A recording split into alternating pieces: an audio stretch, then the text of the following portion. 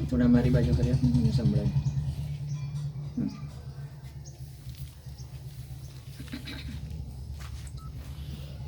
ઓમ સહનાવતો સહનો ભુનક્તુ સહ વીર્યં કરવાવહૈ તેજસ્વિનાવધીતમસ્તુ મા વિદ્વિષાવહૈ. ઓમ શાંતિ શાંતિ શાંતિ. ઓમ અહીં મૂકી દેવું પડશે. વિસર આવે છે, વાયર નીચે છે, નીચેથી વાયર. નારાયણ હવે મોટું થશે. માઇક વન અને બે હોય નોબ, માસ્ટર હોય ને માઇક વન હોય, બંને ફૂલ છે. ઓકે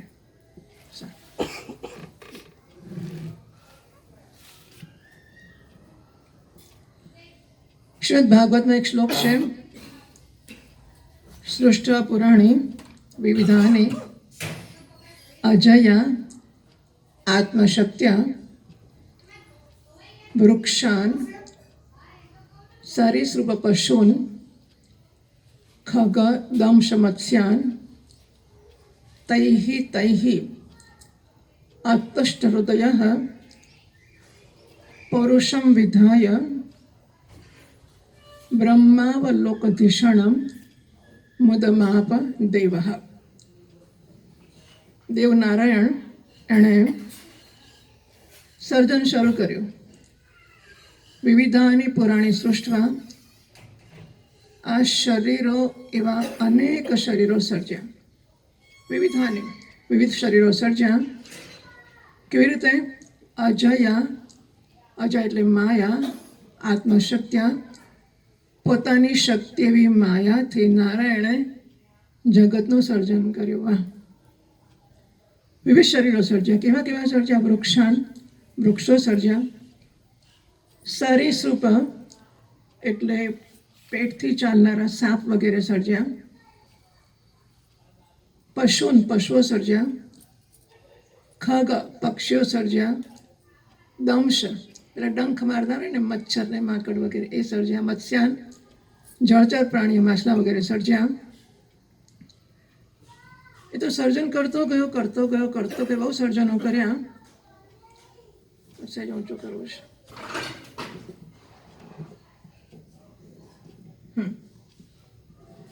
બહુ શરીરો સર્જન કરતો ગયો નારાયણ. એ સર્જન કરે પછી જો કેવું લાગે છે નહીં? આપણે ચિત્ર દોરીએ તો જોઈએ ને કેવું લાગે છે. આપણે આમ પેલી ગૂંથણ કરતા હોઈએ, સાડી ભરતા હોઈએ તો આમ રાખીને થોડું ભરીએ, પછી આમ મૂકીને જોઈએ કેવું લાગે છે. તો નારાયણ પણ જુએ કે પહેલાં એને વૃક્ષો સર્જ્યા. કેવા છે? ચાલે, કંઈ ખાસ સરસ નથી. સરીસૃપ રેપ્ટાઇલ્સ બધા પાદોદર સર્જ્યા, સાપ વગેરે. એમાં તો શું ગમે? કંઈ ગમ્યું નહીં એને. ખગ, પક્ષીઓ સર્જ્યા. દંશ, ડંખ મારનારા માછલા. બધું કરતો જાય, રચના કરી કરીને જોતો જાય કે કેવું છે કેવું છે, પણ કે એને જામ્યું નહીં. પછી તૈહિ તૈહિ આતુષ્ટ હૃદય, આમ કરતાં કરતાં 84 લાખ સર્જી નાખ્યા. એણે 84 લાખનું સર્જન કરી નાખ્યું. કારણ કે એક વસ્તુ, વૃક્ષોની કેટલી જાતિઓ છે, પક્ષીઓની કેટલી જાતિઓ છે, રેપ્ટાઇલ્સની કેટલી, બધાની કેટલી સ્પીસીસ, કેટલી બધી જાતિઓ છે. એટલે એમ કરતાં કરતાં 84 લાખ થઈ ગયું. તૈહિ તૈહિ અતુષ્ટ હૃદય. આ બધા સર્જન પછી એને સંતોષ ના થયો. એ જુએ છે ને પોતાને જ થાય છે, હત તેરીને આમાં કંઈ દમ નથી. આ જુઓ ને, આ પક્ષી કેવું છે ને, પશુ કેવો છે ને, કેવા કંઈ બરાબર નથી. પછી છેલ્લે એક સર્જન કર્યું. પુરુષમ વિધાય બ્રહ્માવલોકધિષણમ, એનું વિશેષણ છે. બ્રહ્માવલોકધિષણમ પુરુષમ વિધાય, બ્રહ્મનું દર્શન કરવાની જેનામાં બુદ્ધિ છે એવા પુરુષનું સર્જન કર્યું. માણસનું, પુરુષ એટલે માણસ. બ્રહ્માવલોકધિષણમ પુરુષમ, બ્રહ્મનું દર્શન કરવાની ક્ષમતા જેનામાં છે એવી માણસ જાતનું સર્જન કર્યું અને નાચી ઉઠ્યો. મુદમ આપ દેવ, નારાયણ ખુશ ખુશ થઈ ગયો. વાહ, સુકૃતમ બાતા, આને સર્જન કહેવાય. હા, બસ માણસનું સર્જન કર્યું તો નારાયણ નાચી ઉઠ્યો. સર્જન તો આ જ છે, કારણ કે એનામાં બ્રહ્મનું દર્શન કરવાની ક્ષમતા છે.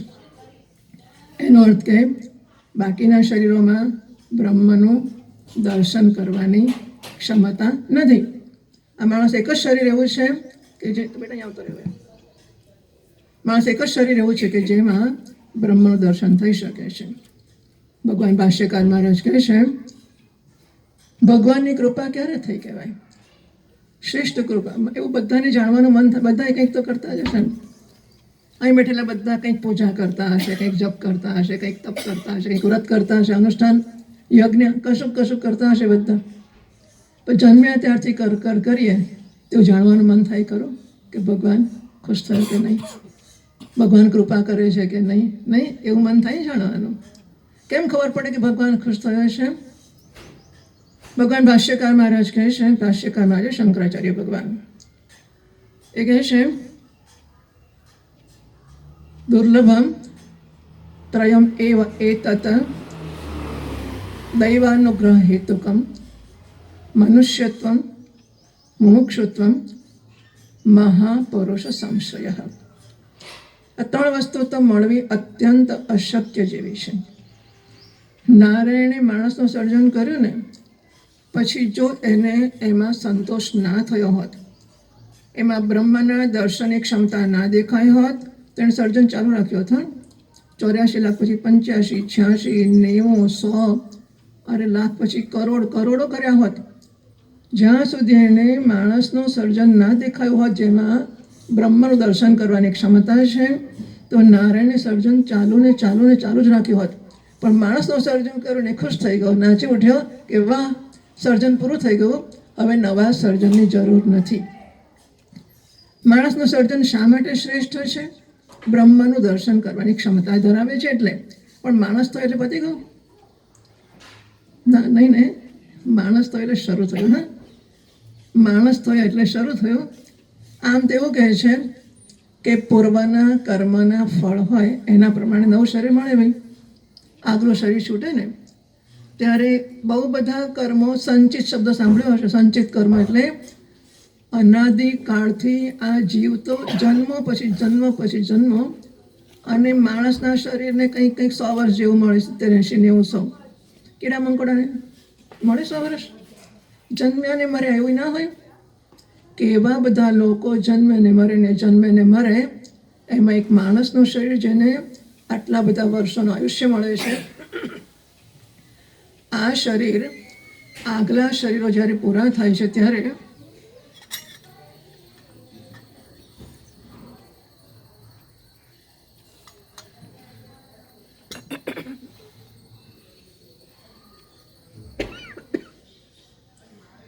અનાદિકાળથી ચાલતા શરીરે કર્મ તો કર્યા છે ને, કેટલાય કર્મો કર્યા જ કરે. બેસી શકે, જરા બેસે, આમ કરે, કંઈક કરે તો ખરા જ ને.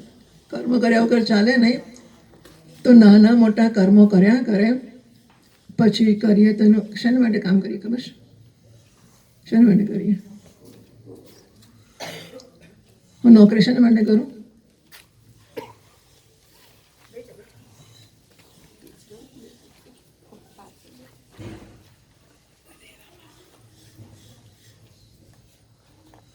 નોકરી શેના માટે કરું? આંટા મારવા? શેના માટે કરું? ફળ માટે, પૈસા માટે. અને હું પેલી તુવેર શીંગોના દાણા લઈ આવું બજારમાંથી, શીંગો, પછી કલાક લગીને આમ કરીને છોલું. શેના માટે? કચોરી ખાવા, હે ને? મફત કરીએ કંઈ, ફળ માટે જ કરીએ ને જે કરીએ તે. અને પછી પેલું રતાળું ને બીજું શું શક્કરિયા અને બધું પાપડી ને બધી 1000 વસ્તુ લાવે ને બધી મહેનત કરે છે. એના માટે ઊંધિયું ખાવા નહીં, ફળ માટે કરે ને માણસ. કામ કંઈ મફત થોડો કરે. હવે જેટલું કરીએ એટલું બધું ભોગવી લેવાય. અત્યારે એવું થાય કેટલાક, મારે તો ઉડવું છે. પેલો કેવો સરસ ઉડે છે, આપણે ઉડીએ જ મજા આવે. હું પૂજા કરતો એમ વિચારું ઉડવાની મજા આવે.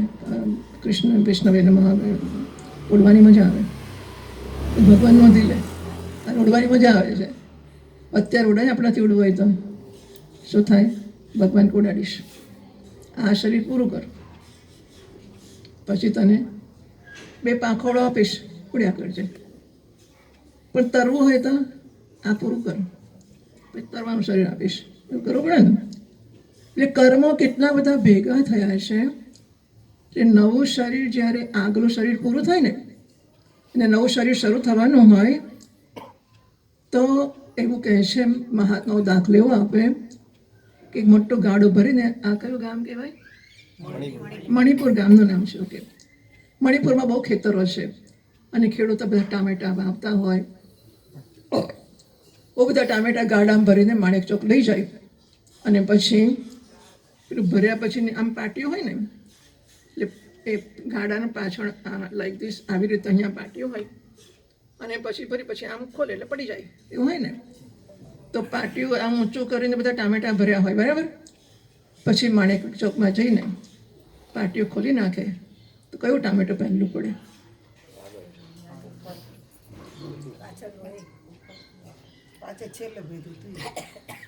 આટલી ખબર નથી પડતી, છેલ્લું ભર્યું તે એ તો ફૂટી જાય પાછા. પાક હોય તો નીચે પડે એટલે રોટલો થઈ જાય એનો. તો કયું ટામેટું પહેલું પડે? બધા જ સામટા પડવા તૈયાર હોય. હા, કારણ કે આખી લાઈન હોય ને, એક થોડું આટલું ખાડું ના આવડું મોટું ખાડું હોય ને, બધા ટામેટા પડવા તૈયાર થઈ જાય. એમાંથી કોઈ એક ટામેટાને સ્પેશિયલ ચાન્સ મળી જાય ભગવાનના મંદિરમાં જવાનો, તો એ એટલા માટે કે ગાડામાં હતો, એક શરીર પૂરું થયું ને, નવું શરીર લેતા પહેલાં બધા જ કર્મો મારા ગાડામાંથી પડનારા ટામેટાની જેમ નવું શરીર આપવા તત્પર હતા. એટલે ઓઢવાવાળો કે છે હું પહેલાં, તરવાવાળો કે હું પહેલાં, પછી કાદવમાં પડી રહે કોઈ એ ખબર છે કોણ પડી રહે કાદવમાં? ભેંસને કાદવમાં પડી રહ્યો. આ કેવી સુખી છે. રોજ પસારથી આપણે સવારના પોરમાં 7 વાગે સત્સંગમાં જવાનું, માતાજી નીકળે 6 વાગે ઘેરથી અને પછી સત્સંગમાં જાય. રોજ રસ્તામાં નજર પડે, એમને તો ના પડે પણ આપણે પડે એવી કે આ ભેંસ સુખી છે. એ પડીશ અને જે ચિંતા છે કશી ચિંતા નથી. કેવી સુખી છે, કેવી સુખી છે. હાર તને સુખી બનાવી દઈશ. નારાયણ નોંધી લે. આપણે તો ભેંસે થવું હોય તો ભગવાન કે વારા ફરતી થવાય ને, બધું જોડે તો થવાય નહીં.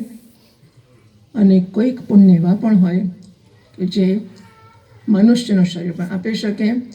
કેટલાક પુણ્ય આપણને સ્વર્ગમાં લઈ જનારા હોય, કેટલાક ઇન્દ્ર બનાવનારા હોય, કેટલાક ગંધર્વ બનાવનારા હોય, કેટલાય બધા પુણ્યોને પાપો હોય અને કેટલા બધા શરીરો આપવાને લાયકાતો ધરાવતા હોય.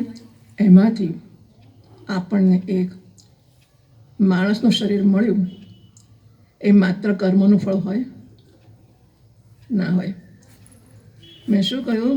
બધા કર્મો તત્પર હતા, એમાંથી માણસના શરીર લાયક જ કર્મોએ ફળ આપ્યું અને બીજાએ ના આપ્યું. એનું કારણ ભગવાનની કૃપા છે. બેનું કારણ સ્નેહી, કારણ વગરનો સ્નેહી નારાયણ એટલો પ્રેમી છે કે એ મારા પર કૃપા કરે છે. એને એમ થાય છે કે એક મોકા દે દો इसको, મનુષ્ય બના દો, હો શકે કે બ્રહ્મ का જ્ઞાન પ્રાપ્ત કર લે તો બીજા કર્મો નહીં ભોગવવા પડે. માણસનું શરીર આપે અને રાખે ને, માણસના શરીરમાં આળસ ના કરે, ઊંઘ્યા ના કરે, પછી બીડી તમાકુ ના ખાય, પછી શું ના કરે, પૈસાની પાછળ ના પડે અને સત્તાની પાછળ ના પડે, પ્રતિષ્ઠાની પાછળ ના પડે. અરે ભોગની ને ઘરને ને પત્નીને બાળકોને લીરી વાળીને પાછળ ના પડે અને દેશ વિદેશ ફરવાની પાછળ ના પડે. અને બીજું શું શું કરવાનું હોય? આ ચંદ્ર પર જવાનું હોય. ચંદ્રની પાછળ ના પડે, મંગળની પાછળ ના પડે, કશાની પાછળ ના પડે. કારણ કે મનુષ્યના શરીરની વિશેષતા એ છે કે એ ભગવાનની પ્રાપ્તિનું સાધન કરી શકે છે. સાધન ધામ બડે ભાગ માનુષ તન પાવા સુર દુર્લભ. બહુ મોટા ભાગ્યથી મનુષ્યનું શરીર મળે છે, દેવતાઓને દુર્લભ છે. અને સાધન ધામ મોક્ષ કર દ્વારા સાધનનું ધામ છે અને મોક્ષની પ્રાપ્તિ માટેનું દ્વાર છે આ મનુષ્યનું શરીર. તો હવે એ શરીર નારાયણ કૃપા કરીને આપી દે કે એને એકવાર માણસ બનાવી દઉં, રખે ને બ્રહ્મ જ્ઞાન પ્રાપ્ત કરી લે, ફરી જન્મ નહીં લેવો પડે. તો એ ક્યારે થાય? મનુષ્યના શરીરનું મૂલ્ય સમજે ત્યારે.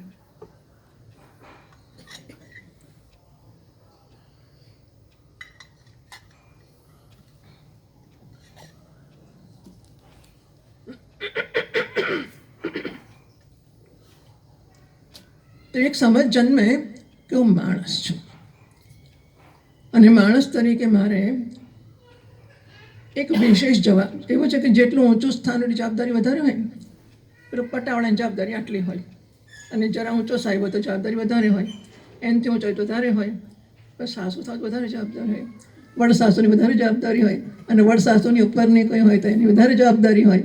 જેમ મોટા એટલે વધારે જવાબદારી બને. તો 84 લાખમાંથી માણસ બન્યા. માણસ ભગવાનની ઉત્તમ કૃતિ છે એવું નિશાળમાં લખતા હતા કે હિન્દીમાં અંદર લખીએ ને માણસ ભગવાનનું શ્રેષ્ઠ સર્જન છે. તો શ્રેષ્ઠ સર્જન હોય તો જવાબદારી ખરી કે નહીં વધારે, બરાબર. પછી આપણે પણ ભૂંડની જેમ પાછળ 5-7 જોયું છે ભૂંડને, આમથી આમ રસ્તો કરો કઈ પાછળ 5-7 દોડતા હોય અને ભૂંડને કે સ્વર્ગમાં આવું છે, જવાય સ્વર્ગમાં? સ્વર્ગમાં મળશે? આ શું મળે છે અહીંયા ભૂંડને? નરક, ઉકરડો, ગંદકી. એ શું પૂછે? સ્વર્ગમાં મળશે? નથી આવું, હે ને? ભેંસને પૂછે કે કાદવ મળશે ઉપર? નથી આવું. તો આપણે પણ જો આશ કરીએ, આરામ કરીએ, કાદવમાં પડી રહીએ, પ્રજોત્પત્તિ કરીએ, આહાર, નિદ્રા, આહાર, નિદ્રા, ભય, મૈથુનમ છે. ભૂખ લાગી એટલે શું કરવાનું? ખાવાનું. કાગડો ખાય કે નહીં ભૂખ લાગે તો? ગાય ખાય ભૂખ લાગે તો? માણસ ખાય. એટલે ગાય અને કાગડો કૂતરો કરે એવું માણસ પણ કરે, ભૂખ લાગે તો ખાય, ઊંઘ આવે તો ઊંઘી જાય. કાગડાને ઉડતા ઊંઘવાનું મન થતું હશે કે નહીં? નહીં. વોટ એ મિરેકલ. કાગડાને ભાઈ બંધ કરી દે બધા પોતાના મોબાઈલ. કાગડાને ઉડતા એ થાકી જાય તેવું ના થાય કે ઊંઘી જવું? નહીં. જો માણસને ગમે તે કરતાં ઊંઘ આવે, સાંભળતા ઊંઘ આવે, બોલતા આવી જાય, વાંચતા તો આવે જ, ઊંઘવા માટે જ વાંચે. રસોઈ કરતા આવતી હશે કે નહીં મને અનુભવ નથી એટલે ખબર નથી. ના આવે? નહીં. ચોપડીમાં તો આવી જ જાય, ગાડીમાં તો આવી જ જાય. કાગડા ના આવે, ચકલીને ના આવે. પશુ પક્ષીઓ એ પણ ઊંઘ આવે તો ઊંઘી જાય છે, માણસ પણ ઊંઘ આવે તો ઊંઘી જાય છે, ભય લાગે તો ભાગી જાય છે. પશુ પક્ષીઓ પણ સુરક્ષા માટે નાનું બિચારા ઘર બાંધે, આવડું ચીવડું હોય એવું. માણસને પણ ભય લાગે તો ભાગી જાય, રક્ષા માટે ઘર બાંધે. અને મૈથુનમ પ્રજોત્પત્તિ કરે, સંતાનોની ઉત્પત્તિ કરે. આવું કોણ કરે? પશુ કરે, પક્ષી કરે, વનસ્પતિઓ પણ કરે. આ બધી વસ્તુ આહાર, નિદ્રા, ભય, મૈથુનમ. આમ વાવો છોડને અને છાંયડામાં હોય તો આમ નીકળીને તડકામાં આવશે. કેમ? ખાવા. એ તડકાને ખાય છે, છોડ તડકાને ખાય છે. એ છોડ એ પણ વનસ્પતિ પણ અને આમ તોડી નાખવા જાવ તો આમથી વધવા માંડશે. આહાર, રાત્રે ઊંઘી જાય બધા ઝાડ. નિદ્રા, ભય, મૈથુનમ પ્રજોત્પત્તિ પણ કરે છે, નરમાં એમાં પણ છે. તો આટલું માણસ કરે, આહાર, નિદ્રા, ભય અને પ્રજોત્પત્તિ. ભય એટલે સુરક્ષા. તો ત્યાં સુધી એ પશુ પક્ષીને અને વનસ્પતિ કરતાં જોદો કહેવાય ખરો કે નહીં? કહેવાય કે નહીં? એની માટે માણસ થવાની જરૂર ખરી? ખાવા પીવા માટે, ભોગવવા માટે, ફરવા માટે, ઉડવા માટે માણસ થવાની જરૂર ખરી? શેની માટે માણસ થવાનું? બ્રહ્માવલોકધિષણ. માણસના શરીરની વિશેષતા બ્રહ્મના દર્શનમાં છે, નહીં કે ખાવા પીવામાં, હરવા ફરવામાં, ભોગવવામાં, વટ પડવામાં, સંતાનોને ઉત્પન્ન કરવામાં કે સંતાનોને ઉછેરવામાં અને સંતાનોના જે ડોસા ડોસી જીવે ત્યાંથી ઉછેરે જ કરે. હા, થાકે નહીં. ચોથી પાંચમી પેઢી જો નસીબે જોઈ નાખી તો રમણ્યા જ કરે. એમ બિચારાને ખબર, નાના છોકરાને ખબર ના પડે. આપણા જેવી સમજ એમને પડે ને એટલે આપણે ઉછેર જ કરીએ. કંઈ કબૂતરને કબૂતરી માળામાં ગયા વર્ષના બચ્ચાને લઈને ગયેલા જોઈશ. માળામાં ચકલોને ચકલી જાય એક બચ્ચો ગયા વર્ષનો હોય એવું હોય છે. ચકલા ચકલી બચ્ચાને ઉડતા શીખવાડીને છૂટા મૂકી દે છે. નહીં, બચ્ચાને તો પ્રશ્ન જ નથી આવતો. પહેલી જનરેશન જ છોડી દે છે એ લોકો.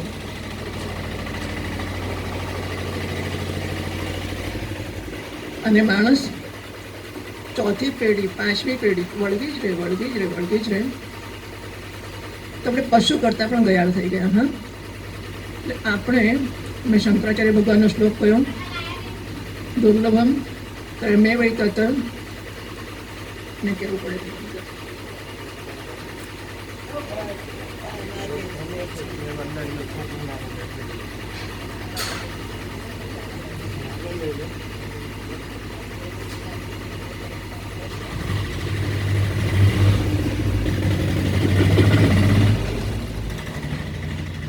દુર્લભમ ત્રયમેવૈ તત દૈવાનુગ્રહ હેતુકમ મનુષ્યત્વમ મુમુક્ષુત્વમ મહાપુરુષ સંશય.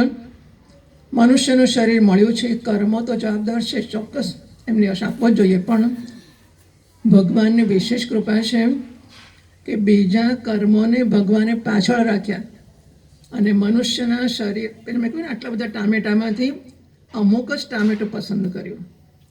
આટલા બધા કર્મોમાંથી એ જ કર્મ પસંદ કર્યા જે મનુષ્યનું શરીર આપતા હતા. એ નારાયણની વિશેષ કૃપા છે. અને મનુષ્ય જન્મ્યા પછી ભગવાન ભાષ્યકાર મહારાજ મુમુક્ષુત્વમ પહેલાં મૂકે છે, મોક્ષની ઈચ્છા. જન્મ થયા છે કોઈ નસીબદાર લોકોને, પણ સામાન્ય રીતે આપણે જે જોઈએ છીએ એમાં મોક્ષની પ્રાપ્તિની ઈચ્છા લઈને મહાપુરુષ પાસે કોઈ ગયું હોય એવું સામાન્ય રીતે ઓછું જોવામાં આવે છે. હોઈ શકે પણ સામાન્ય રીતે ઓછું જોવામાં આવે છે. પૂર્વના પુણ્યો મહાપુરુષનો સંગ પહેલાં કરાવે છે. ગમે તે કારણથી. હવે આપણે બાજુમાં રહેતા હોઈએ, આપણને કોઈ રસ નથી સાધુમાં કે સત્સંગમાં કે વેદાંતમાં કે મોક્ષમાં, જરાય રસ નથી. આ માતાજી આ બાજુમાં રહેતા હોય, એમને બહુ હરખો પડી જાય કે આપણે કાર્યક્રમ કરવો છે, પછી બધાને બોલાવે. આપણે બાજુમાં રહે એટલે આપણને કંઈક આવજો, અને આપણી ઈચ્છા જરાય ના હોય તો બહુ કહી ગયા છે. 5 વાર કહેવાયા હતા. પાછો આજે ફોન કર્યો સવારે, જો આ યાદ રાખજો, હા આજે આવવાનું છે. જવું પડે ને આપણે, ખાલી શું કહેવાય, વ્યવહાર માટે કહેવા માટે કે તમે કહે કે રહ્યા હતા બસ. બીજી કૃપા હોય છે કે કોઈક બહાને મહાત્માનો સત્સંગનો સંગ થઈ જાય. આપણી જરાય ઈચ્છા ના હોય પણ શું કરીએ, હવે માતાજી આપણે ઘેર આવી ગયા રહેવા, પછી આપણે આજુબાજુમાં રહેતા હોઈએ અને આપણે કંઈ નાના મોટા હગા થતા હોય, ચારો તારે ખવડાવો ને એમની મદદ કરો ને સેવા કરો ને પછી શું કરીએ, કરવું પડે.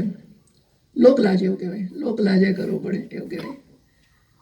તો આ બધું કરવાનો વાર આવી જાય. ઘરનો એક માણસ સત્સંગ કરે, બાકીના લોકો પછી સવાર પડીને હાથ પડી સત્સંગમાં, તમારે તો જવાનું, અમારે શું કરવાનું. કંઈક ને કંઈક નારાયણની કૃપા થાય. છપ્પર ફાડકે કે પૈસા દે છે એવું નથી, છપ્પર ફાડકે સત્સંગ દેતા હૈ. પૈસા માટે છપ્પર ફાડવાની જરૂર છે? કહે છે ને, દેતા હૈ તો છપ્પર ફાડકે દેતા હૈ. છપ્પર ફાડકે પૈસા આપે તો કૃપા નથી, હૈયું ફાડકે નારાયણ દર્શન આપે તો કૃપા છે. એટલે આ કૃપાને માટે નારાયણ આપણા ઉપર મહાત્માનો સંગ મેળવી આપે છે. આમાંની કોઈ વસ્તુ કૃપા વગર શક્ય જ નથી. ઘરમાં હોય તોય શક્ય નથી, ને બહાર હોય તો શક્ય નથી, ને ક્યાંય શક્ય છે જ નહીં. તમને કલ્પના નહીં હોય, લોકો હિમાલયમાં ફરવા જાય છે અને આખી જિંદગી ફરીને રખડીને પૂરી કરે છે, એમને સાચા સાધુઓ મળતા નથી. કેટલાય લોકોને જાણીએ. અને ભગવા કપડાં પહેર્યા પછી, ભગવા કપડાં પહેર્યા હોય ને ઘર છોડ્યું હોય ને ક્યાંય ગયા ને શું કરે, ગમે તે કેટલી બિચારા લોકો બહુ મહેનત કરતા હોય. આપણને એટલું બધું મફત મળ્યું છે કે આપણને આનું ભાન જ નથી કે આ શી વસ્તુ છે. પણ આના માટે લોકો બહુ જ ફાંફા મારે છે અને શાંકર પરંપરા હાથમાં આવતી જ નથી. કંઈક ઊંધું. અત્યારે તો બધા સ્પિરિચ્યુઅલ શોપિંગના નામે પણ એટલા બધા મોલ છે. વાહ, સ્પિરિચ્યુઅલ મોલ પણ ઢગલે ઢગલા મોલ જ છે બધે. સ્પિરિચ્યુઆલિટી નથી, મોલ રહી ગયા છે. આવું બધું છે. અને એમાં એક સાચો સાધુ મળી જાય તો ખરેખર બહુ જ મોટી કૃપા છે. એ આપણને સમજાવે કે મનુષ્યનું શરીર મળ્યું છે એ મોક્ષને માટે મળ્યું છે, નહીં કે ખાવા પીવા હરવા ફરવા માટે મળ્યું છે. એ તો કરી શકીએ છે ને, બીજું થઈને પશુ પક્ષીઓ કરે છે ને, ફરે નિરાતે આખો દાડો ગાય ફર્યા જ કરે. એને કંઈ કામ કરું કશું નહીં. ભેંસને કશું કામ નહીં. હવે અહીં થઈ જાય, હા જાય અહીંથી પાછી જાય, બસ. બીજું કંઈ કામ કરવાનું કશું નહીં કરવાનું. એટલે ફરવા માટે તો ઘણા છે, ખાવા માટે કેટલા બધા શરીરો ખાવા માટે છે. મોટા સ્વામીજી મહારાજ કેમ ભેંસ એટલે શું? સ્ટમક વોકિંગ ઓન 4 legs, 4 પગ 4 પર ચાલતું પેટ એટલે ભેંસ. આટલું જ ને. એના શરીરમાં બીજું શું છે? અને બીજું જુઓ, પશુઓના શરીર આમ ત્રાંસા હોય છે, હે ને? એટલે શરીર અને માથું એક લાઈનમાં હોય. એટલે માથાનો ઉપયોગ આ શરીરની ઇન્દ્રિયોના ભોગોને પૂરા કરવામાં જ થાય. એનો કોઈ ઉન્નત પ્રયોગ થાય જ નહીં. એક માણસ છે જેનું માથું ઊંચું છે, જે ઇન્દ્રિયોના ભોગથી ઉપર ઉઠી શકે છે. ઇન્દ્રિયોના ભોગો તો શાસ્ત્રો તો બહુ બધું કહે છે કે તો કાળા નાક કરતાં પણ ઝેરી છે. કાળો નાક તો કરડે તો જ મારી નાખે છે. વિષયો તો કૃષ્ણ સર્પ વિષાદ આપી, કાળા સાપના ઝેર કરતાંય વધારે ઝેરી છે. યાદ કરતાં જ મારી નાખે છે. બરાબર. ક્યાંક તમે કશુંક જોયું ને પછી ઘેર આવીને અજામિલ વગેરે દાખલાઓ જોઈએ એટલા છે.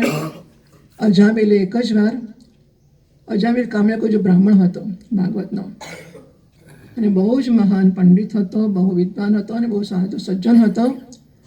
એક જ વાર રસ્તામાં જતા કોઈ વેશ્યા સાથેનો કોઈનો સંબંધ જોયો એણે, અને વેશ્યા મનમાં ઘૂસી ગઈ. બસ, આખો જન્મ ખરાબ થઈ ગયો. ટૂંકમાં આવા કેટલાય દાખલાઓ છે કે કશુંક ઊંધું ચોતું નજરે ચડી ગયું અને જિંદગી બગડી ગઈ. એટલે ઇન્દ્રિયોના ભોગમાં પડવાનું એ માણસનું કામ નથી. આ બધી વસ્તુઓ તો ક્ષુલ્લક છે. પશુ એના માટે છે, આપણે એના માટે નથી. એટલે મનુષ્યનું જીવન મળ્યું છે. અને બીજી કૃપા ભગવાનની મહાત્મા મળ્યા છે, સત્સંગ મળ્યો છે. ત્રીજી કૃપા કે મહાત્માને સાંભળવાની આપણામાં સદબુદ્ધિ જન્મી અને આપણે એમને કાન આપ્યો કે ચાલો 1 કલાક સાંભળીશું. તો રોજ કલાક, રોજ નહીં તો 2 દાડે, સારું 2 દાડે, પણ 2 દાડે બહુ કહેવાય. અમને ટાઈમ ના, કંઈ અઠવાડિયે 1 દાડો રજા હોય નોકરી ધંધામાં, અઠવાડિયે 1 દાડો કે 2 દાડા રજા હોય. કેટલા દાડા રજા હોય? શનિ રવિ દોડતો હોય જ કમસે કમ. બરાબર. શનિવાર સાંજે રવિવાર સવારે સત્સંગ થઈ શકે ને. તો આપણે એવું મનમાં જન્મે આપણને, બહુ મોટી વાત છે. જો જન્મ્યો કે લગ્ન કરવો છે પછી કર્યો ને, જન્મ્યો કે મા બાપ બનવો છે પછી જન્મ આપ્યો ને સંતાનને, અંદર જન્મ્યો કે પૈસા કમાવો છે પછી નોકરી કરે ને, અંદર જન્મશે કામના તો પૂર્તિને માટેનો સંકલ્પ થશે, પ્રયત્ન થશે. અને આપણા બધામાં એ શક્તિ છે. આપણી માતાઓમાં તો મહાન ક્ષમતા છે, વડીલોમાં પણ ચોક્કસ જ છે. પણ આપણે બધા એટલા નિશ્ચયવાળા છીએ કે હું ધારું તો વાઘ મારું. બરાબર. બધામાં એટલી તેજસ્વીતા છે, ક્ષમતા છે, નિશ્ચય શક્તિ છે, સંકલ્પ શક્તિ છે. અને પોટેન્શિયલ શરીરની શક્તિથી નથી, હોંસલેથી લડી જતા યુદ્ધો ભરોસાથી જીતાય છે, નહીં કે શત્રુઓને ને પેલા સૈનિકોની સંખ્યાથી જીતાય છે. અરે હોંસલેથી જીતે જાતે હૈ. તો એક હોંસલો એટલે અંદરનો વિશ્વાસ છે, જબરદસ્ત આત્મવિશ્વાસ કે હું કરીને રહીશ. અને એ વિશ્વાસ આપણા બધાની અંદર છે, ભરપૂર ભર્યો છે. એને આપણે જગાડીએ. પહેલાં તો આપણે સમજીએ કે મહાન કૃપા છે કે આપણે માણસ છીએ. બીજી મહાન કૃપા છે કે આપણે મહાપુરુષનો સંગ પ્રાપ્ત કરી શક્યા છીએ. ત્રીજી મહાન કૃપા, હવે આપણે પછી આપણે કંઈ કરવું તો બધું ભગવાન જ આપ કરે. આપણે કરવાનું કંઈ કે નહીં. ભગવાને માણસ બનાવ્યા નહીં, ભગવાને સત્સંગ પ્રાપ્ત કરાવ્યો, પછી ભગવાને માયકે મૂકી આપ્યો, ભગવાને આપણને બેસાડે છે, 3 2 5 આપી, ભાઈ ભગવાને આપણને જમાડવાની ગેરંટી આપી. નહીં તો ના આવે માણસ, જમાડીશું, બસ મોડું થશે તોય જમાડીશું, ચિંતા ના કરશો. પછી મારે કંઈક તો કરવું પડે ને. મારે શું કરવાનું? કાન આપવાનો. પછી આ કાને સાંભળીને આ કાને, બે કાન સામસામ જ આપ્યા છે. શું કરવાનું? કાઢી નાખવાનો, અહીં લઈ જવાનો, વિચાર કરવાનો, સમજવાનો, ને સમજ્યા પછી અહીંથી અને અહીં ઉતારવાનું જીવનમાં. વ્યવહાર અહીંથી થાય છે, અહીંથી નથી થતો. મને ગમે છે નથી ગમતી એવું થાય ને વ્યવહાર. આ સાડી નથી ગમતી, આ બંગડી નથી ગમતી, પેલી ગમે છે. બુદ્ધિ કહે છે બંને સોનું જ છે, સરખો છે, બંને 5-5 તોલા છે, પણ આ કહે છે આ જોઈશે. તો હું આ કે માનું છું, આ કે નથી માનતો. તો શું કરવું પડે? બુદ્ધિ સમજે ને જે, એને પછી અહીં ઉતારવું પડે. માતાજીએ અંતઃકરણ શુદ્ધિની વાત કરે ને, શુદ્ધિ એટલે શું? અહીં ને અહીં વચ્ચે અંતર હોય તો શુદ્ધિ કહેવાય.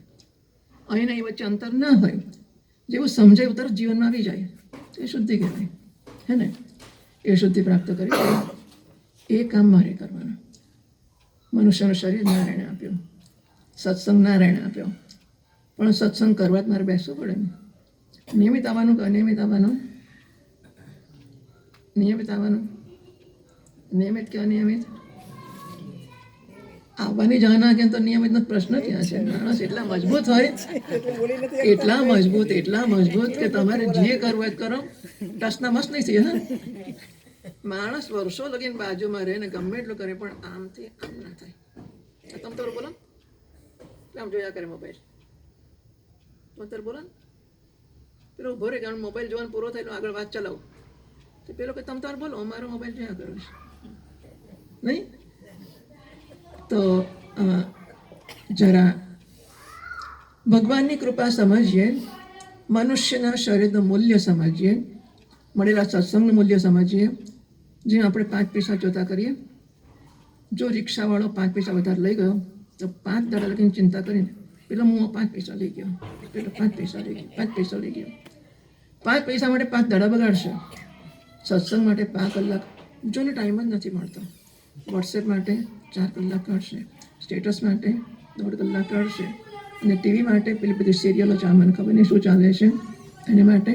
પછી એ જ આખો દાડો એ જ કરું છું હું. તો સત્સંગ માટે પણ નથી, ટાઈમ નથી મળતો.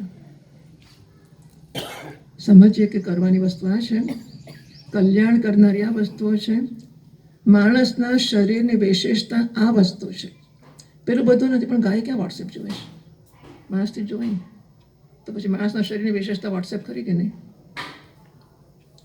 શું લાગે છે? માણસના શરીરની અપૂર્વતા કે વિશેષતા વોટ્સએપ જોવો એ ખરી કે નહીં? નહીં. તો ગાય ક્યાં જોવે છે? આપણે જોઈ શકીએ છીએ ને, તો વિશેષતા નહીં. એને જવાબની ખબર નથી, હું તમને જવાબ આપું છું.